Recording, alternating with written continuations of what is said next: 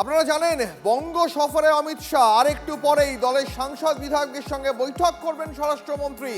Science city অডিটোরিয়ামে কর্মী সম্মেলনে যোগ দেবেন অমিত শাহ।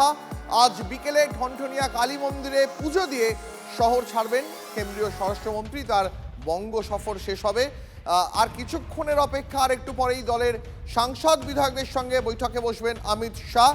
সায়েন্স সিটি অডিটোরিয়ামে কর্মী সম্মেলনে যোগ দেবেন। বিকেলে ঠনঠনিয়া কালী মন্দিরে পুজো দিয়ে শহর ছাড়বেন কেন্দ্রীয় স্বরাষ্ট্রমন্ত্রী। নিশ্চিতভাবে আমরা সারা পশ্চিমবঙ্গকে নিয়ে চলছি, তো নিশ্চিতভাবে পশ্চিমবঙ্গের যা বলার কথা মনে করি গতকাল আমাদের মাননীয় গৃহমন্ত্রী সব কিছু বলে দিয়েছেন। আর তারপরে আমরা জনপ্রতিনিধি হিসাবে আজকে সাংসদ বিধায়করা আছেন, ওনার বক্তব্য শুনবো, ওনার যেটা দিশা নির্দেশ থাকবে, ওনার যেটা গাইডলাইন থাকবে সেটাকে নিয়ে আগামী দিনে আমরা পথে নামবো কিংবা বাড়ি বাড়িতে যাব, রাস্তাঘাটে যেখানে ওনার যেভাবে গাইডলাইন থাকবে সেভাবে আগামী দিনে আমরা কাজ করব। তৃণমূলকে 360 ডিগ্রি আক্রমণ করতে হবে, 26-এর যুদ্ধে কোনো ঢিলেমি নয়, বঙ্গ বিজেপিকে বার্তা অমিত শাহের।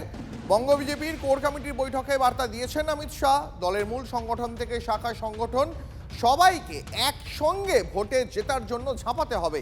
26-এর ভোটে 2/3 আসন নিয়ে সরকার গড়ার লক্ষ্যমাত্রা বেঁধে দিয়েছেন অমিত শাহ।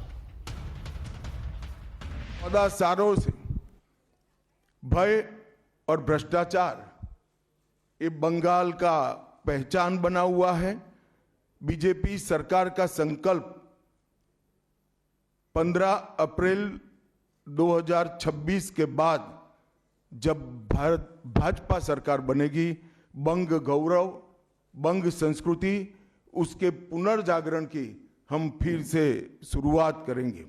और विवेकानंद जी, बंकिम बाबू और गुरुवर टैगोर और श्यामा प्रसाद मुखर्जी के स्वप्न का बंगाल बनाने का हम फिर से एक बार प्रयास करेंगे। मैं कहा 2/3 बहुमत के साथ सरकार बनाएंगे, 2/3 मेजोरिटी के साथ सरकार बनाएंगे, तो टारगेट हो ही गया।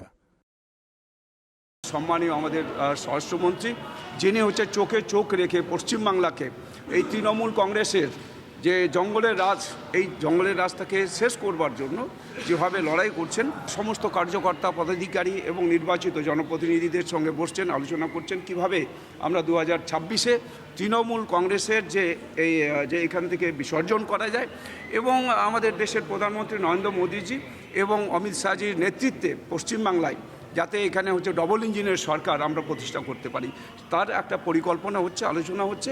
যেভাবে বিহারে যেভাবে হচ্ছে যে ওখান থেকে গঙ্গা বয়েছে, আমাদের দেশের প্রধানমন্ত্রী বলেছেন বিহার সে গঙ্গা বহতি হয়, বাঙ্গাল তক যেতেই হয়, বাঙ্গাল পর্যন্ত আসবে। সুতরাং বিহার দেখিয়েছে, পশ্চিমবাংলাও হচ্ছে 2026-এ দেখিয়েছে।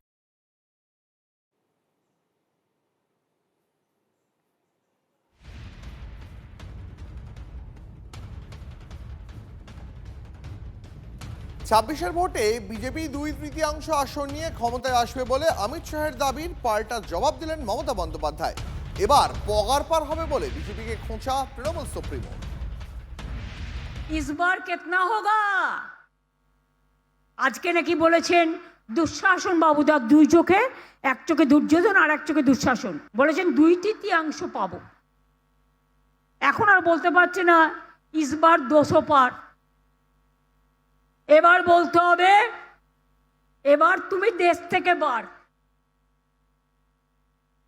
বাংলা জিতে তোমাকে দেশ থেকে কি করে তাড়াতে হয়, গণতন্ত্রের মাধ্যমে।